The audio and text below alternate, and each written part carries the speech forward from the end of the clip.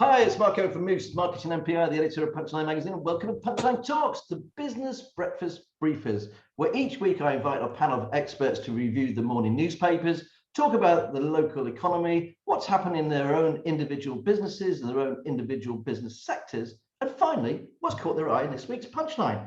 Before I introduce the guests, I'd just like to say a big thank you to Hazelwood's accountants and business advisors who are absolutely brilliantly sponsoring the show. Thank you very much, guys. And we're just going to have a look at the papers. No, we're not. I've forgotten which way I'm going round. Let me introduce you to, first of all, Jenny Eastwood, Managing Director of Eastwood Digital, ex-editor of the Citizen newspaper and course leader of Gloucestershire University with teaching PR and communications. We've got Nicky Wildin, the supernova celebrant, just launched a couple of weeks ago. I've known Nicky a long time. She used to own Dan Man Kitchen on Westgate Street, which is now Hubble Bubble. She worked for Gloucester Services, was a local food sourcing manager, and also for Midlands Co-op, and she just launched her business, as I said. And finally, last not least, we've got Kurt Wyman, Managing Director of Kurt Wyman Chartered Surveyors. Great to have you on the show, guys. Morning, Mark. Let's have a quick look at the newspapers. Okay, just here, courtesy of the BBC. The Daily Telegraph, inflation hit 11%, says the Bank of England.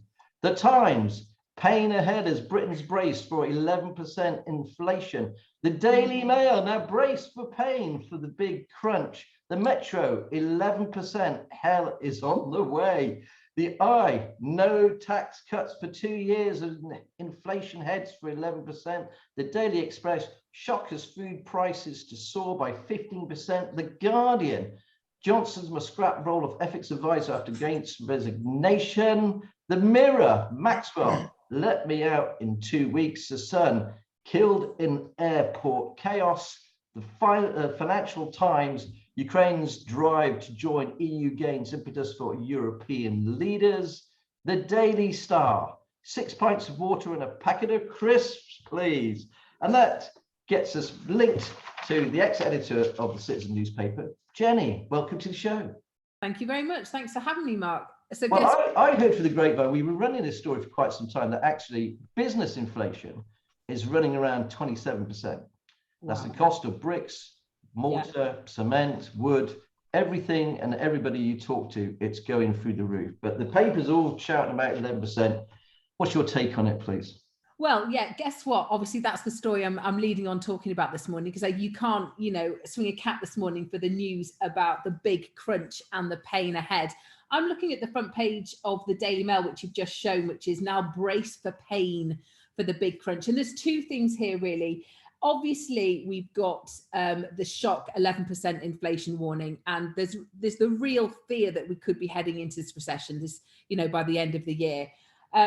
And households are facing this tough time. And Michael Gove has come out and said that we can't get rid of this pain for people, warning that there is only a finite amount that they can do for people.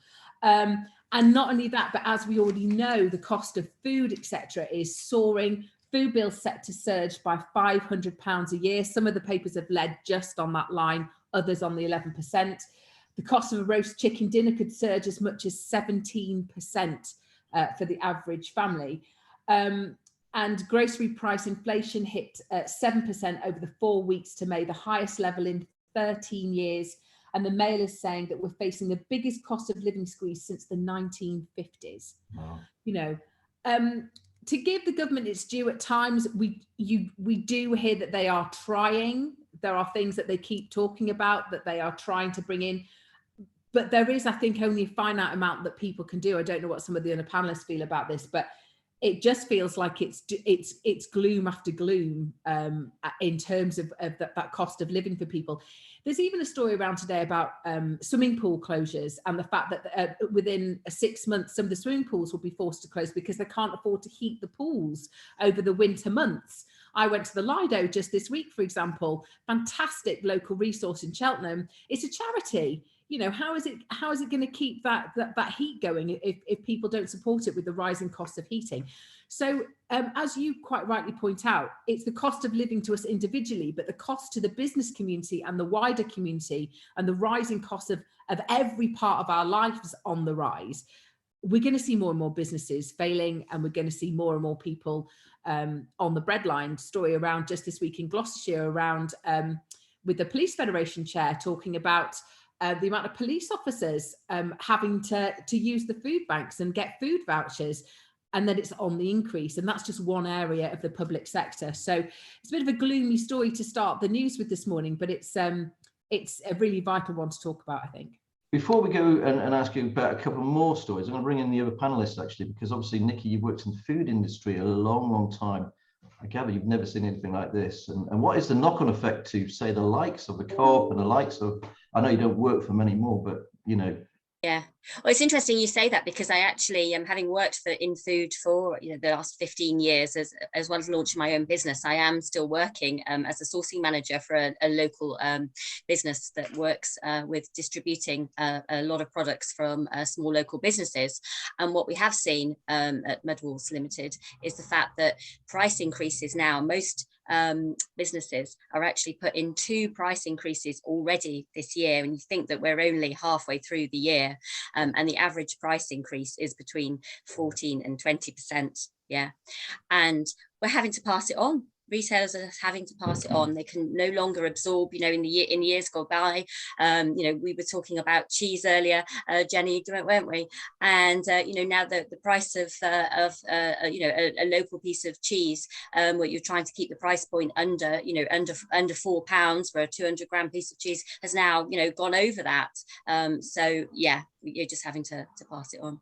Well, this goes on to sort of retail, takeaway, hospitality. Obviously, there must be a defined kind of area where you can only put up your costs so much before you start losing business. We all know about that. I talked to Lindsay Holland from Turf, and she was saying, they're really, really worried about the hospitality sector, and restaurants won't be able to manage. Kurt, I mean, you work in the sort of retail and that sector. I mean, rising prices and things like that, is that going to have a massive effect, do you think, to the commercial property sector?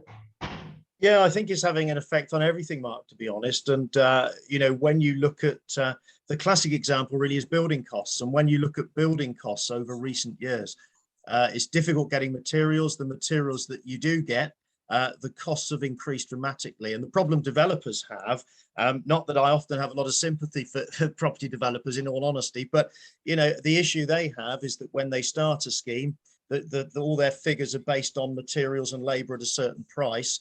And by the time, even weeks, a month later, suddenly all these prices have gone up, which makes for a great uncertainty. And of course, ultimately, rentals and capital values have to go up.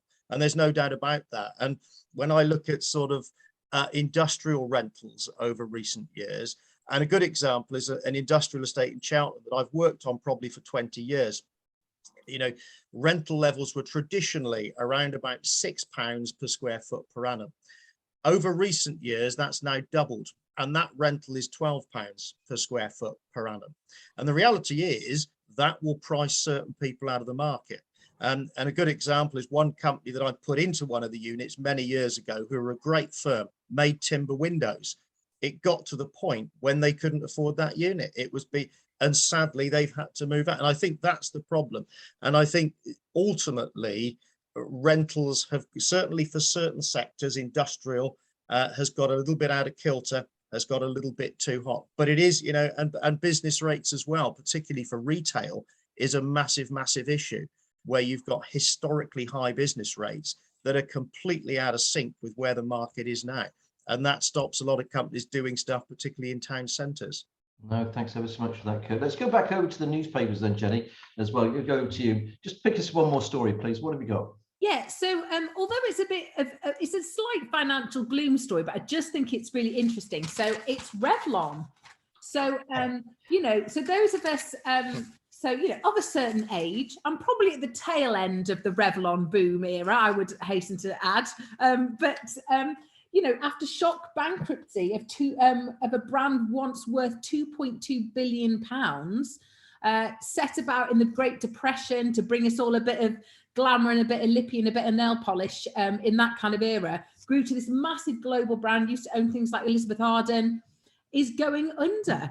And what they're really blaming, or what some of the experts are talking about today, is the fact that the makeup industry has grown so exponentially. And you have everybody from kind of sustainable startups to the likes of kind of Kylie Jenner, and people are bringing out, and celebrities bring out these huge global makeup brands with huge social media followings, that some of these large brands are struggling to be agile enough to compete with this kind of growing market and changing tastes of what people are looking for in a makeup brand. But everything from, you know, they're kind of like iconic reds right through to Charlie perfume. I definitely remember having a bottle of that when I was, you know, a youngster. It was iconic. And Lynn Franks has written a really good piece in the Daily Mail today, charting the history of Revlon and the fact that it's going under. So it'd be really sad to see such an iconic brand no longer on our high streets. So yeah, interesting one today. It goes to show, isn't it? You're never too big to fail. Yeah. You know, when you think of those other large companies, and there's going to be, as we hit the buffers now, it's going to be really interesting to see what happens. I never got into that makeup, by the way. I just want you to know. And it's that thing of change or you'll be changed, isn't it? You've got to keep up with the trends. And some of the massive brands are doing that extremely well. It's not just the fact that you're a global entity. You know, we see that all the time with brands, Nike and different people really taking the market on and being agenda setters in their field. But clearly something's gone slightly wrong with Revlon. So that'd be a real shame to see that leave the high street. So yeah, that's my. Of course, the other thing is the rise of the internet. It means you can start a business anywhere. So everything is just chipping away, isn't it? And from a sustainability perspective, people are voting with their feet. They're choosing brands that align with their values more than just, you know, if they've got 5 red lipstick to choose from, they'll choose one that the celebrity endorses or chooses the one that aligns with their values. And Revlon are a bit slow on the uptake on that, I think. Yeah, totally. Well, thanks so much for that, Jen. Worth buying the Daily Mail just for that piece, I thought. Yeah. Kurt, let's go to you, please. Kurt, what have you picked out for the papers, please? Well, thanks, Mark. It's one of those, I think you're right, there's some big headlines today, as we talked about before. Apart from that, I think the news is a bit thin, and that's probably why there's 1 or 2 big hitters out there. What the one thing I picked out is a feature in the Times, and I think one of the things that everybody in business is aware of at the moment, bizarrely, is there is a massive recruitment crisis out there. Firms are finding it very, very difficult to attract people. And it's, you know, attracting people to work, quality environment comes in, pay is a big issue. And the article in the Times is basically saying that, you know, the obvious option is to offer more money, but there's a lot more to it than that these days. And I think the way business are being forced they're having to be a lot more flexible, and they're having to offer a lot more in the workplace to actually attract people back in. And it's interesting because, you know, without a doubt, one of the things that's coming in now, and one of the things they're mentioning there, is 4-day-a-week working. And in a way, when you think about it, actually, the engineering industry have been doing this for many years. You know, they would sort of work an extra hour every day and then finish at lunchtime on a Friday. So this isn't a new idea by any means, but, you know, that's one way that people have perhaps longer weekends. The other is the quality of environment that they're in. And I think, you know, for a long time, but when you look at it, and we've all worked in very, very Bogo standard office buildings with grey carpets and you know, magnolia walls. And I think the reality is that has got to change. And I think particularly for bigger companies, they've got to start to adapt the way they occupy buildings. They've got to offer the staff more. I'm even amazed, you know, that even new office buildings, when we're trying to encourage people to walk and cycle to work, don't have showering facilities and things like this. And to me, it's just so obvious, but it doesn't seem to happen. So I think it's encouraging that, you know, the debate's happening. I think firms are going to have to be a lot more flexible. It's not all about money, because a lot of these firms can't afford it, is the reality. But they've got to attract people, and they've got to do things both with the work environment and flexible working and things like this. So I'd just like to add, your 4-day week that you're talking about, I'd like to do, you know, less than a 5-day week. You know, not being funny. I work around 7 days a week. If you run your own business, you never stop. You never. Yeah, stop. You want to be successful. I totally agree. I work 6 days a week. I work on a Saturday morning to catch up. I don't think quite, and the days that I work quite long hours, the days that I work anyway. So trying to cram that in, you're absolutely right. And I think again, for some small businesses, some of these things are going to be very, very difficult. Slightly different with larger companies, but yeah.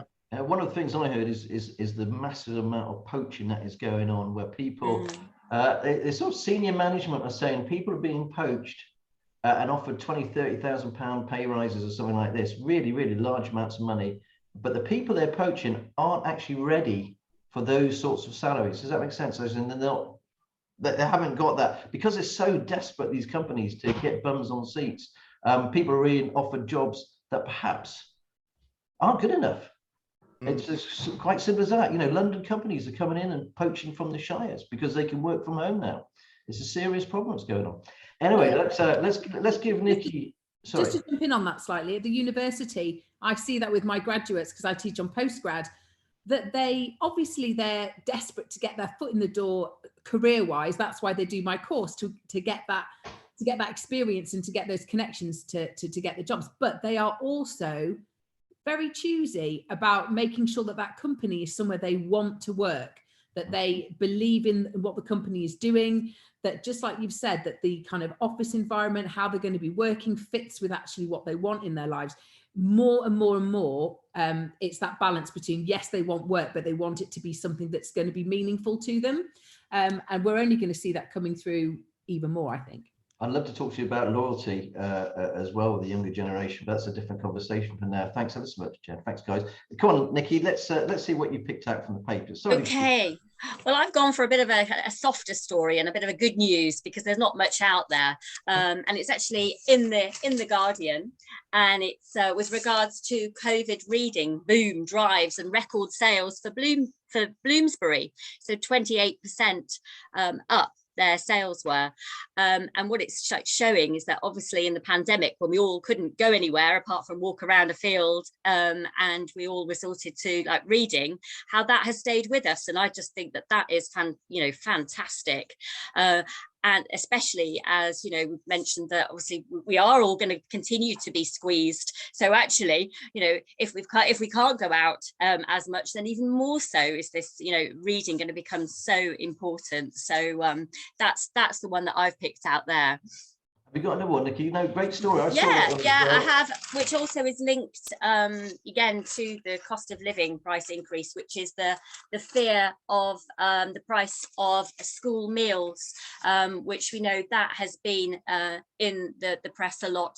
And obviously, again, during the pandemic, with the great work that Marcus Rashford did with regards to highlighting the importance of free school meals. But now it's talking about the pressure that again, schools and small food business providers are, to actually then create healthy nutritional meals, and what they're actually doing. A lot of the cooks are having to put in more lentils and more tomatoes to make that meal go a lot further, and more pasta.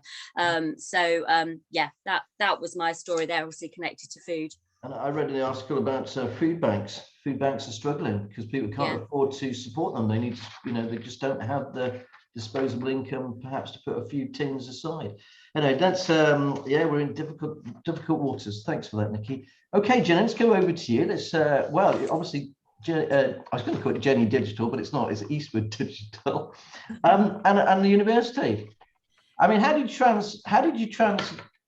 when you left the papers? How did you find it suddenly, because you've been in newspapers a long time, haven't you, Oh, yeah. Yeah, long How did you find that suddenly going into the PR side, flipping over? Did you find it quite easy or I think I was very lucky in the fact that I had a lot of great connections with local businesses and local organisations.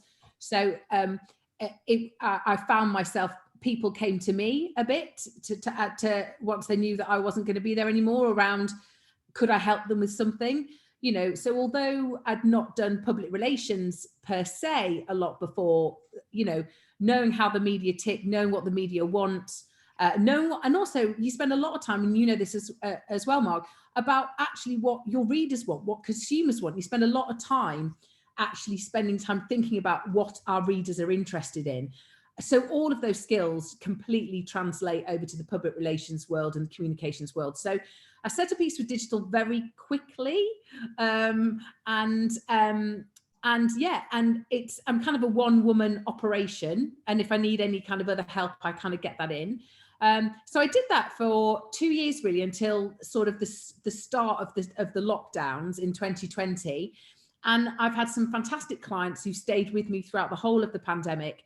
But then I saw this job at the university teaching the MA in public relations, communications and media.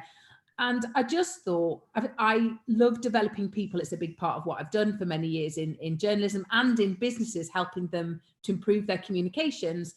And I absolutely love my job at the university, and seeing kind of the young postgrads, not all young postgrads, but the postgrads coming through onto my course, keeps you relevant, keeps you at the top of your game, makes you a better PR and communications person teaching it to other people.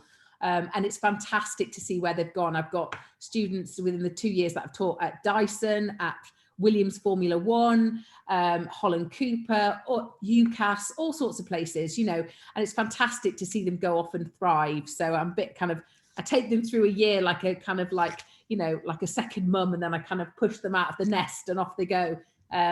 So yeah, and the university's really going places, everything that's doing in Gloucester and how it's growing all of the time. So yeah, it's a balancing act, I won't lie, between freelance work for clients and the university. But, you know, if you want something done, ask a busy woman. So, yeah. No, thanks for that. Here. Thanks for ever so much for that, Jenny. Okay, let's go to you, Kurt. Obviously, you know, your boards are everywhere. We see Kurt Wyman every corner of the county. It seems it's such a distinctive brand. What is the market like now, mate? There's many sectors to it, Mark, but briefly, and the industrial sector is still really, really bullish. There's a lot going on. There's a real shortage of stock locally. So whether you're looking for industrial warehouse units across any size range, it's very, very limited out there. And there's still a strong demand, both freehold and leasehold. The retail market, as we've discussed, ain't quite so strong, but actually I think town centres are starting to turn themselves around a bit, which is really encouraging. We're starting to see some good things and small independents coming through, taking advantage of the slightly lower rentals. I think there's a lot more to be done, and I think, you know, certainly town centres, when you look at Gloucester, Stroud, even Cheltenham to an extent, they're sort of redeveloping themselves, and I think there's a long way to go, but there are some encouraging signs. And the office market sort of sits in the middle, really. We're still doing deals on office buildings where 2 years ago everyone was predicting the end of the office market. No one was ever going to work from offices again. But of course, that's not right. I mean, firms are adapting their work practices, as we've discussed. We're still doing office deals. Some companies are downsizing. Some are, rentals haven't moved greatly on the office market, to be honest. So from that perspective, you say the market's still reasonably strong, and it is. So generally speaking, it's still pretty bullish. I sense it's sort of flatlined a little bit. I think certainly over the last 6 to 12 months, we haven't seen that, you know, steep upwards trajectory continuing. And I think we've probably leveled out, which sort of mirrors what we're saying about the economy generally. But no, certainly locally, there's a lot of good businesses. The market's still doing very well. That's a very positive note to finish on. Thanks ever so much for that, Kurt. Nicky, I mean, goodness, you've had such a career, and I always used to love your Dan Man kitchen years ago. Won't focus on that. Let's tell us about the new business that you're doing. Okay, so my new business, thank you, Mark, is Supernova Celebrant, and it's all about people and all about celebrating life. I qualified as a celebrant in 2019, and yeah, it's about celebrating a new life, celebrating a couple's love, or actually a celebration of somebody who's passed away. And I'm a people connector, and I'm a people pleaser. And so actually, as I've decided that I'm probably never going to retire, I would create a good life business where I can work here, you know, in my home, and I can provide a service to couples and families across the county, and in fact further afield, where I conduct weddings, naming ceremonies and funerals. And I just get to know people, and a bit of like, I suppose, Jenny, you know, from and your point of view, Mark, researching, yeah. And I find out about their story, and then I create, whether it be a wedding ceremony or a naming ceremony, or in the case of a funeral, I actually tell that couple or individual story and personalize it, bring in family members, and make it fun and unique. And I just absolutely love it. I love it. Now, I unfortunately, lost a number of relatives recently, and had 3 celebrates actually, and they were actually fantastic. What fascinated me, I know it sounds terrible, was how they managed to hold it together. You got a room full of grieving people. I mean, all blubbing away and crying away, and it's terrible. And the person doing the ceremony has to kind of disengage from that. How do you? I know you're professional people, of course, but how do you do that? How do you do that? Well, in my previous life, I worked for an airline for 21 years. So I was cabin crew, and I think that cabin crew are the most talented people in the world, because you just have to change from being a hospitality kind of pleasing person to, in the case of an emergency or when somebody's ill, you just have to kind of change your demeanor. And having that level of professionalism and just focusing on the fact that, it's the biggest honor that anybody can have, actually, to be able to conduct a funeral and celebrate that individual's life, and you owe it to the family. So I just really focus on the person and the people and the family that I'm supporting, to do them proud. It's a bit like going on the stage, really. I put on a performance, and try to encourage the family to participate as well, if possible. Not always, especially in the case of funerals, but and I coach and support them through it. So yeah. Well, no, absolutely fantastic. And I look forward to hearing more of your journey as we go along, I'm sure. Okay, we're kind of running out of time, would you believe, already? So let's quickly wrap up with what's caught your eye in this week's punchline. So Jenny, what's caught your eye in this week's punchline, please? It's all about Stroud for me this week. Not a bad place to not be. at all. The Sanderson's Boutique and the opening of the Terror restaurant there, which I didn't go to the opening, but it looks fantastic. I think, Mark, did you go yourself? I did go, yes, yeah, and the food was absolutely brilliant. And I mean, the shop itself, I do love picking things up and putting them down. But actually, we are gonna. I know it sounds terrible, but my wife and I are going to pop back and buy a little nice perfume there. Nice, lovely. But I think it's fantastic that we're seeing, particularly after where we've been for the last couple of years. And I don't know when there comes a point when we stop talking about where we've been for the last couple of years. Hopefully at some point we will. But to see a couple investing and opening up this place is, and putting their kind of faith in that kind of restaurant business is really positive, and it looks fantastic. The food looks amazing, and it's nice to see Stroud. We've really seen it kind of bubbling along now, and it's got some fantastic things happening there with the Five Valleys market area and things as well. It's great to see what it's doing. So a really nice positive story there, I thought.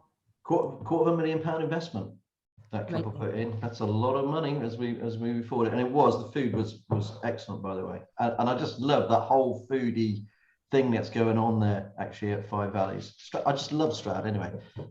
Kurt, thanks ever so much for that. Nicky, Kurt, what have you picked out in this week's punch, please? Punchline, I think the thing that stands out for me is the Gloucester bid, Mark. Nicky might be probably the best person to talk about this, but I have two minds about it. I totally get the idea of traders and people in that environment, working together for the benefit of doing things that wouldn't normally be done. I totally understand that. The issue I have, it all seems to be things that you've already should have paid through the business rates.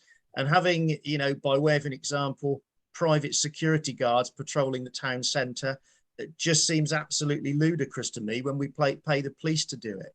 So, I don't know, Nicky, what are your thoughts on it? I know, Kurt. Well, in fact, the story that I had hooked out was about the 58,000 empty shops being put back into use. So it's connected really with regards to the high street and obviously the regeneration that's going on in particular in Gloucester. And the working together and the community part and the collaboration, which is so important. I don't know if you kind of seen that article, but where it's the government's plan to force landlords to bring these empty shops into use is really important via the rental auction. And that's where somebody like, the bid can obviously actually help to facilitate that, so that it can actually happen as well. So overall, I think it's a positive for the high street, because we need them to be vibrant. We need them to be places now that mingle and socialize and learn, Jenny, isn't it? It's going to be fantastic when the university is there as well. So, yeah. Just very quickly, I'm going to ask you, Kurt, what do you think of the plan by the government to do that? I think it's, again, I totally get the sentiment. But the reality is there's not many landlords that are sitting there, deliberately keeping those buildings vacant. And I think there's a bigger issue. One of those is the business rates issue that we mentioned earlier. There's lots of factors at play. I think it's unfair that you should have to auction effectively off for the person who'll pay the best rental. To me, it's unworkable. It's not thought out. I think there's bigger issues, and there's other ways of regenerating town centres, if I'm honest. Okay, no, well, thank you very much for that. The story that I picked out actually this week was the same. It was actually the Gloucester bid, but don't mind saying it was a lot of work for us to look into and investigate. Jenny would appreciate this. You have one side of a story and you've got to go back to the other side, and something else comes out and you go back to the other side and it flip-flops around. For me, the big issue there wasn't so much. I actually think that the bids themselves are a good thing. It's all about transparency. But the revelation actually that the city council has 10% of the vote because they own 50 odd properties, and the car park on Hares Lane actually gets a vote. And to me, that just doesn't sound right, and I don't think it fits with everybody. But anyway, that's an aside. The other story I had was I got it down here. I've got to say it's the Gloucestershire annual review of G First LEP. It was great. It was on a Boeing 747. It was great to be out with around 200 business people, just having a bit of a laugh and listening to the positives that are going on in our great county. And with that, with my great guests, fantastic sponsors, Hazelwoods, I'd just like to say thanks ever so much for joining Punchline Talks today. If you like the show, please like, share and subscribe. And we'll see you again very soon. Thank you very much. Bye-bye.